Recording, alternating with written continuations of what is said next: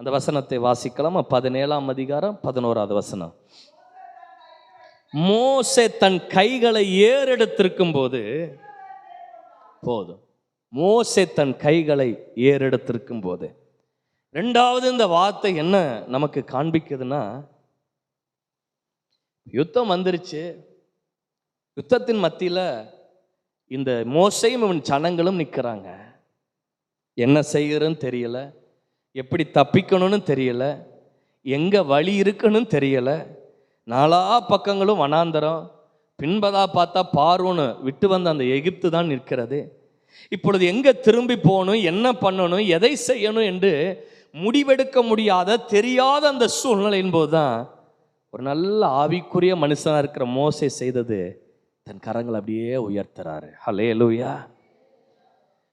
அமலேக்கியர்கிட்ட இருந்து தன்னை காப்பாற்றுவதற்கு, தன் ஜனங்களை தப்பிவிப்பதற்கு அல்லது தானும் தப்பிவிப்பதற்கு எங்களுக்கு ஒரு வழியும் இல்லை ஆண்டவரேன்னு சொல்லி தன் கைகளை ஏன் ஏறெடுத்தார்னா, அந்த ஏறெடுக்கிற ஒரு அனுபவம் அர்ப்பணிப்பு குறிக்குது பாருங்க. ஆண்டவரிடத்தில் அவன் சரணடைகிறான். அந்த பக்தனாகிய மோசே தன்னுடைய ஜனங்களை எல்லாம் தேவனிடத்தில் சரணடைய பண்ணுகிறார், ஹேண்ட் ஓவர் பண்ணுகிறார். முற்றிலுமாய் அவனோட ஆண்டவரிடத்தில் சரணடைய பண்ணுகிறார். ஏன் அப்படின்னா, இந்த எதிர்த்து வந்திருக்கிற அமலேக்கியர்களை எப்படி மேற்கொள்ளணும்னு தெரியாது. இந்த ஜனங்கள் முன்பதா, இந்த அமலேக்கியர் முன்பதா எப்படி யுத்தம் பண்ணணுன்ற அந்த தந்திரங்களும் தெரியாது. இந்த சூழ்நிலையில் ஒரே வழி எதுனா ஆண்டவர் பாதத்தில் விழுவதுதான் என்று சொல்லி தன் கையை அப்படி உயர்த்துகிறான். ஹல்லேலூயா. தேவனுடைய பாதத்தில் விழுகிற ஒரு அனுபவம் தாங்க கரங்களை உயர்த்துகிற ஒரு அனுபவம். ஒரு எதிரி தேசத்தில் எல்லை தாண்டி போயிட்டாங்க. அந்த எல்லையில் வாட்ச் பண்ணி கொண்டிருக்கிற இராணுவமோ அதிகாரிகளோ பார்த்துட்டாங்கன்னா உடனே இவங்க என்ன செய்வாங்கன்னா, இந்த கன்னை நீட்டும் போது உடனே கையை தூக்கிடுவாங்க. என்ன அர்த்தம்னா, நாங்கள் அப்படியே என்ன ஆயிடுறோம், சரணடைஞ்சிடறோம்.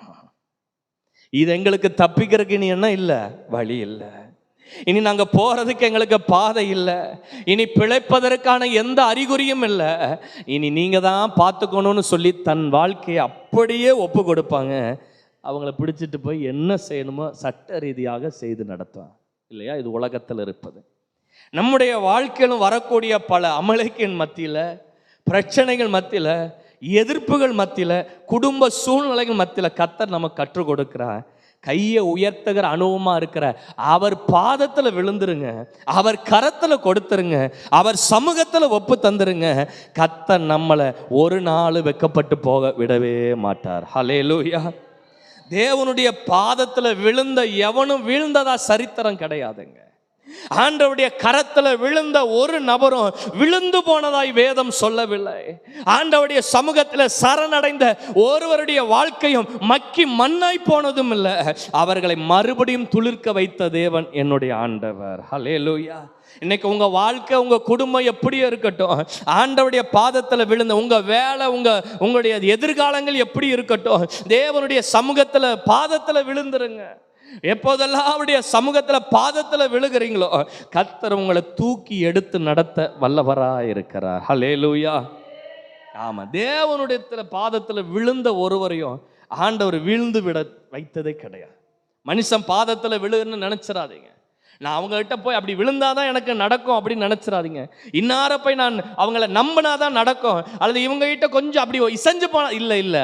உங்கள் காரியத்துக்காக, உங்களுடைய தேவைகளுக்காக, உங்களுடைய வாழ்க்கை எதிர்காலத்துக்காக நீங்கள் கர்த்தருடைய பாதத்தில் விழுந்தீங்க அப்படின்னா உங்கள் கைகளை அவர் உயர்த்தி நடத்துவார். ஹல்லேலூயா. வாசிக்கலாங்களா சில வசனங்களை? ஏன் தேவன் பாதத்தில் விழுந்துடணும் அப்படின்னு ஆண்டவர் சொல்கிறாருன்னா, நம்ம அவருடைய பாதத்தில் விழுந்து விடும்போது அதாவது நம்ம அவர் சமூகத்தில் அர்ப்பணிக்கும் பொழுது தேவன் என்ன செய்கிறார்னா, நம்மளை அப்படியே என்ன செய்கிறார்னா அவர் கரங்களை எடுத்துக்கொள்கிறார். மோசே கைகளை உயர்த்தின போது வசனம் சொல்லுகிறது, அவன் கரம் உயர்ந்திருக்கும் போதெல்லாம் இஸ்ரவேலர்கள் ஜெயம் கொண்டு இருக்கிறாங்க, அமலேக்கியர்கள் தோற்று போய் கொண்டே இருக்கிறாங்க. காரணம் என்னன்னா, கர்த்தர் இந்த ஜனங்களுக்காக அவர் கிரியை செய்து கொண்டிருக்கிறார். ஹல்லேலூயா.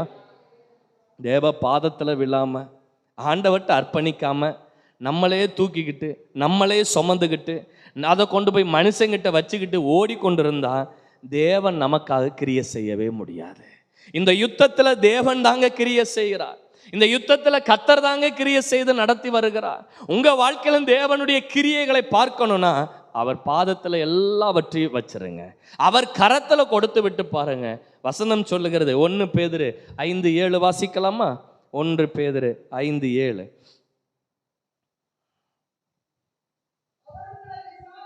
அவர் என்ன செய்கிறாரா? விசாரிக்கிற கர்த்தரா இருக்கிறாருங்க. வைத்து விடுங்க போதும். வசனம் சொல்லுது அவர் உங்களை விசாரிக்கிறவராய் இருக்கிறார்.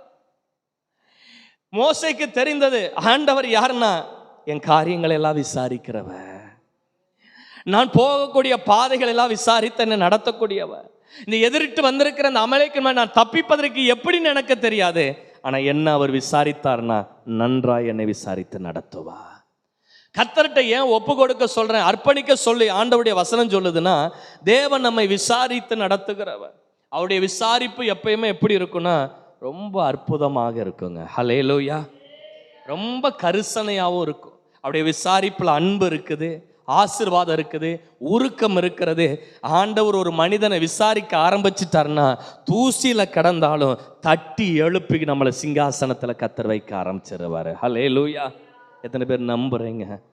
நம்மளை விசாரிக்கிறாருன்னு ஆரம்பிச்சிட்டாருன்னா நம்ம தூசியில் சாம்பல்ல அல்லது எங்கேயோ ஒன்றுக்கு இல்லாமல் கடந்தாலும் நம்மளை தூக்கி தட்டி நம்மளை நிறுத்த வேண்டிய இடத்துல கர்த்தர் வைக்க ஆரம்பிச்சிருவார். சங்கீதம் 55:22 வாசிக்கும் போது பக்தன் தாவீது சொல்ற, கர்த்தர் மேல உன் பாரத்தை என்ன செய்துடு, வைத்து விடு, அவர் உன்னை என்ன செய்வா, ஆதரிப்பா, நீதிமானை ஒருபோது என்ன செய்ய மாட்டா, தள்ளாட விட மாட்டா. நாம் அவருடைய பாதத்தில், அவர் கரத்தில் நம்முடைய பாரங்களை, கவலைகளை, நம்முடைய காரியங்களை எல்லாம் அர்ப்பணிக்கும் பொழுது நம்முடைய எதிர்காலங்களாக இருக்கட்டும், நம்முடைய வருங்காலங்கள் இருக்கட்டும், நம்ம வாழ்க்கையில் கர்த்தர் செய்ய வேண்டிய காரியங்கள் இருக்கட்டும், எதிர்பார்த்திருக்கிறவைகள் இருக்கட்டும், இவைகளெல்லாம் ஆண்டவருடைய கரத்தில் கொடுத்து பாருங்க, ஆண்டவருடைய கைகளில் அர்ப்பணித்து பாருங்களேன். கர்த்தர் நம்மளை என்ன செய்வார்னா நம்ம கால்களை தள்ளாட ஒரு நாள் விடவே மாட்டார். ஹல்லேலூயா. நல்ல கையை உயர்த்தி ஹல்லேலூயா. பல நேரங்களில் மனிதர்கள் இதை செய்யலாம் அதை செய்யலாம்னு நம்மளை என்ன பண்ணுவாங்கன்னா ஒரு நிலையில் நம்மளை கொண்டு தான் போவாங்க. ஆனால் நம்ம பாரங்களை கர்த்தர் மேலே வச்சுருந்தோன்னா மனுஷ கதவுகள் அடைக்கப்பட்டாலும் நம்ம வாழ்க்கையில் நிறைவேற வேண்டியது தவறாமல் அது நிறைவேறும். ஹல்லேலூயா. ஆமாங்க, தவறாமல் அது நிறைவேறும், தவறாமல் நிறைவேறும். வேதத்தில் வாசிக்கும் போது பாருங்க, இதை நன்கு அறிந்த ஒரு நல்ல பரிசுத்தவான், ஒரு நல்ல தேவ மனுஷன் தாவீதை குறித்து வாசிக்கிறோம். 2 சாமுவேல் 24:14 வாசிக்கலாமா? 2 சாமுவேல் 24:14. காத்தை நோக்கி, கொடிய இடுக்கணில் அகப்பட்டிருக்கிற நான் கர்த்தருடைய கையில் விழுவமாக, மகா பெரியது. ஆமா, தாவீது இப்படி சொல்லுகிறார்.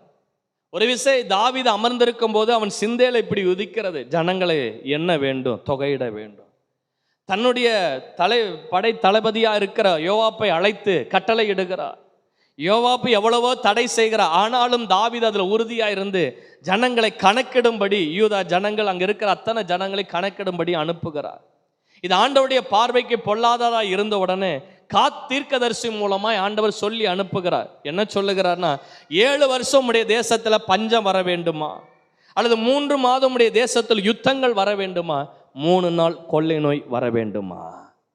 7 வருஷம் பஞ்சம் என்பது இயற்கையின் கரத்துல நான் விழுந்துடக்கூடாதுன்னு அவன் நினைக்கிறான்.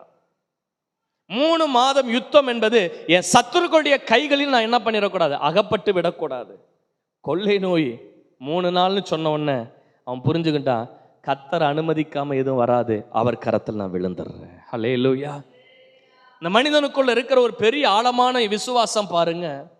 நான் தவறு செய்துட்டேன், என்னால் இதிலிருந்து தப்பிக்க முடியலை, இந்த காரியங்கள்ந்து என்னால் வெளிவர முடியலை, என்னுடைய அறியாமையினால் அல்லது என்னுடைய செயல்கள்னால் இப்படி மாட்டிக்கொண்டேன், இந்த காரியம் வந்து வெளியே வருவதற்கு ஒன்னே ஒன்று, அவர் பாதத்தில் நான் விழுந்துடுறேன். ஹல்லேலூயா. பல நேரங்களில் நம்ம ஞானத்தோடு பல காரியங்களை செய்தாலும் சில நேரங்களில் அஜாக்கிரதையினால என்ன பண்ணிடுறோம், பல காரியங்களை செய்து நாம் மாட்டி விடுகிறோம். ஒன்று ஆண்டவர் சொல்ற, கர்த்தர் கரத்தில் விழுந்துருங்க, கர்த்தர் சரியா நம்மளை நடத்துவார். ஹல்லேலூயா. சில நேரங்கள் நம்முடைய இச்சையினால செய்திருப்போம், நம்முடைய விருப்பத்தின்படி ஏதாவது செய்து நாம் மாட்டிக்கொண்டிருப்போம், அல்லது வரவேண்டிய காரியங்கள் நம்முடைய வாழ்க்கையில் அது நிமித்தமாக தடப்பட்டிருக்கலாம். கர்த்தர் சமூகத்தில் அவர் பாதத்தில் விழுந்துட்டா கர்த்தர் நம்மளை அற்புதமாய் நடத்த வல்லவர். அவர் நினைக்கிறான் பாருங்க, இயற்கையின் கரத்தில் நான் விழுந்துடக்கூடாது. புயல் என்னை கொண்டு போனால் எங்கனாலும் என்ன செஞ்சிடும், கொண்டு போயிடும் இல்லைங்களா? புயல் வீசும் பொழுது சிக்கனா எங்க கடப்பான்னு தெரியாது. இயற்கையின் கரத்தில், சத்துருக்கள் கரத்தில் அவன் மாட்டினானா எங்க சிதறடிப்பாங்கன்னு தெரியல. அவன் விழுந்துடுறான் கர்த்தர் கரத்தில். கர்த்தர் எப்படி நடத்தினார்னா, மனம் இறங்கி கிருபையை காண்பித்து அந்த மனிதனை நடத்தினார். ஹல்லேலூயா. இன்னைக்கு கர்த்தர் சொல்றாரு, கர்த்தர் கரத்தில் விட்டுருங்க, கர்த்தர் கரத்தில் கொடுத்துருங்க, கர்த்தர் கரத்தில் அர்ப்பணிச்சிருங்க. அதுதான் கைகளை உயர்த்துகிற ஒரு அனுபவம். மோசே அப்படி செய்த போது கர்த்தர் அந்த அமலேக்கின் யுத்தத்தை அவர்களுடைய யுத்தமாய் கர்த்தர் பார்க்கல, இஸ்ரவேலுடைய யுத்தமாய் பார்க்கல, தன்னுடைய யுத்தமாய் பார்த்ததுனால தான் அழியாத தெரியாத அந்த ஜனத்துக்கும் கர்த்தர் ஞானத்தை கொடுத்து பலனை கொடுத்து ஒன்றுமில்லாத இருக்கிற அவர்கள் கரங்களிலும் இருக்கிற பட்டயங்களிலே பலமுள்ளவைகளாய் மாற்றி ஓட வேண்டிய தூரத்துக்கு கர்த்தர் அந்த மனிதர்களை ஓட வைத்தார். ஹல்லேலூயா. தேவ பாதத்தில் விழணுங்க, ஏன்னா அங்கதான் இரக்கம் இருக்குது. ஆண்டவருடைய கரத்தில் அர்ப்பணிக்கும் போதாங்க இரக்கம் இருக்குது. எந்த காரியத்துக்கு தேவ கரத்தில் ஒப்பு கொடுக்குறீங்களோ, ஒருவேளை பிள்ளைகளுடைய எதிர்காலங்கள் ஆண்டவரே உங்க பாதத்தில் விட்டுன்னு விட்டு பாருங்க, அங்கதான் இரக்கம் வரும். அப்பதான் வரும். நான் என் பிள்ளைய நான் பார்த்துக்குவேன், எங்க பிள்ளைங்க வாழ்க்கை நாங்க செஞ்சிருவோம், என் குடும்பத்தை நான் கட்டிடுவேன், அல்லது நான் இதை செஞ்சிடலான்னு நீங்க நினைக்கும் போது இரக்கம் வராதாங்க. எப்ப தேவனுடைய கரத்தில், ஆண்டவரே இந்த வேலையை உங்க கரத்துல கொடுத்து பாருங்க, வேலையில அவருடைய இரக்கத்தை பார்க்க முடியும். ஆண்டவரே இந்த படிப்பை தேவ கரத்துல, படிப்புல தேவனுடைய இரக்கத்தை பார்க்க முடியும். இப்படி ஒவ்வொரு காரியங்களும் ஆண்டவருடைய பாதத்துல கரத்துல அவருடைய சமூகத்தில் அர்ப்பணிக்கும் போதெல்லாம் தேவன் வைத்திருக்கிற மேலான இரக்கத்தை பார்க்க முடியும். ஹல்லேலூயா. வாசிக்கலாம் ஒரே ஒரு வசனத்தை, மார்க்கு சுவிசேஷம் 5ஆம் அதிகாரம் 22 வாசிங்களே. மார்க்கு 5:22.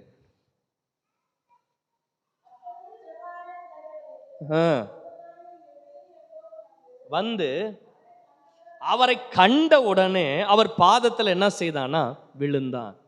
எவிருக்கு இப்ப என்ன பிரச்சனை சொல்லுங்க, உங்களை தான் கேட்கிறேன். எவிருக்கு இப்ப என்ன பிரச்சனை? மகள் இப்ப என்ன ஆகணும், சுகமாகணும், பலகீனமா இருக்கிறா. இப்ப இயேசு கிறிஸ்து அந்த இடத்துல வந்திருக்கிறத அறிந்த உடனே எவிர் பார்க்க வந்தவர் இயேசுநாதரை பார்த்த உடனே அப்படியே சரணடைஞ்சிடறாரு, விழுந்துடுறாரு. ஹல்லேலூயா. எவிர் யாருன்னா தலைவன் சொல்லு, 100க்கு அதிபதி இல்லையா, ஜபாலய தலைவன், ஜபாலய தலைவன். அவன் தன்னுடைய பொறுப்பை பார்க்கல, தன்னுடைய மதிப்பை பார்க்கல, தான் இருக்கக்கூடிய ஸ்தானத்தை பார்க்கல, அப்படியே வந்தவன் வீதி என்றும் பார்க்கல, நடுத்தெருன்னு பார்க்கல, ஆண்டவர் சமூகத்தில் அப்படியே விழுந்துட்டான். விழுந்த போது இவன் வாழ்க்கையில எத்தனையோ தடைகள் அந்த இடத்துல நடக்குது இல்லைங்களா? இயேசு கிறிஸ்து இவனுங்களோடு கடந்து போகும்போது அங்கே ஒரு அற்புதம் நடக்குது, அங்கே கொஞ்ச நேரம் நிற்கிறாரு. இப்படி பல பேச்சுகள் அங்கே நடக்குது. இதன் மத்தியில் பேசி கொண்டிருக்கும் போது எவிர் வீட்டில இருந்து ஒருவர் வந்து ஒரு செய்தி கொடுக்குறாங்க. என்ன செய்தி? உன் மகள் அமெரிக்கா போயிட்டாள் அப்படின்னு, மரித்து போய்விட்டாள். ஏராள தடை, மரண அவஸ்தையில் இருக்கிறா. இப்பொழுது கூட்டிக் கொண்டு போகும்போது அநேக ஜனத்திரள் ஒரு பக்கம், இப்பொழுது வார்த்தைகள் பார்த்தீங்கன்னா வித்தியாசமான வார்த்தைகள், எதிரான சூழ்நிலைகள் மத்தியில் ஆண்டவர் செய்ய இருந்ததை செய்யாம விட்டாரா, செஞ்சாரா? உங்களை தான் கேட்குறேன். ஏன் செஞ்சாருன்னா, விழுந்துட்டான் அல்லவா, அவனை தூக்கி நிறுத்தணுமே. அத்தனை பேருக்கு முன்பதாக, எல்லா கண்களும் பார்க்கறதுக்கு முன்பதாக, ஆண்டவரே நீர் எனக்கு உதவி செய்யும்னு விழுந்ததை என் அப்பன் இயேசு கூர்ந்து கவனிக்க ஆரம்பிச்சாரு. இன்னைக்கும் கர்த்தர் சொல்றாரு, யார் பார்க்கறாங்களோ இல்லையோ, ஆண்டவர் பார்க்கட்டும்னு விழுந்திருக்கிற அநேக காரியத்திற்கு, ஆண்டவர் பாதத்தில் விழுந்து கிடக்கிற நமக்கு எவ்விரு வாழ்க்கையில எப்படி அற்புதம் செய்து திரும்ப கர்த்தர் கிடைக்க செய்தாரோ, அதே போல நம்முடைய வாழ்க்கையில அற்புதங்களை செய்ய இயேசுநாதர் இருக்கிறார். ஹல்லேலூயா. அவர் பார்க்கிறாருங்க, பார்க்கிறார். தடை வந்தது, பிரச்சனை வந்தது, ஆனா அவர் என்ன நோக்கத்துக்காக புறப்பட்டாரோ அதை நிறைவேற்றாம கத்த திரும்பல. இந்த காலை வேளையிலும் எதற்காக கத்த நம்முடைய வாழ்க்கையில எதை செய்வேன்னு சொல்லி இருக்கிறாரோ, அவர் பாதத்தில் விழுந்திருக்கிற நமக்கு ஒப்பு கொடுத்திருக்கிற நம்முடைய வாழ்க்கையில அதை நிச்சயம் நிறைவேற்ற அவர் நல்லவராயிருக்கிறார். கைகளை தட்டி தேவனை மகிமைப்படுத்துவோம்.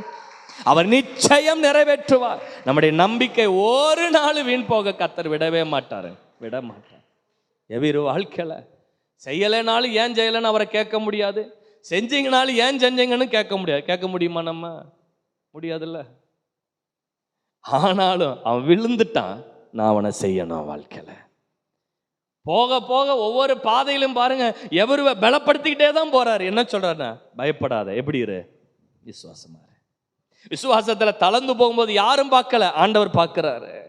தேவ பாதத்துல இன்னைக்கு ஒப்பு கொடுத்துட்டு அர்ப்பணிச்சுட்டு விழுந்து ஆண்டவர் காரத்துல ஒப்பு கொடுத்த பல காரியங்களை அவிசுவாசத்தோடு இருக்கலாம். ஆண்டவர் சொல்ல, பயப்படாது, இன்னும் விசுவாசமாயிரு, இன்னும் கர்த்தர் செய்வார், இன்னும் நாட்கள் இருக்கு, இன்னும் காலங்கள் இருக்கு.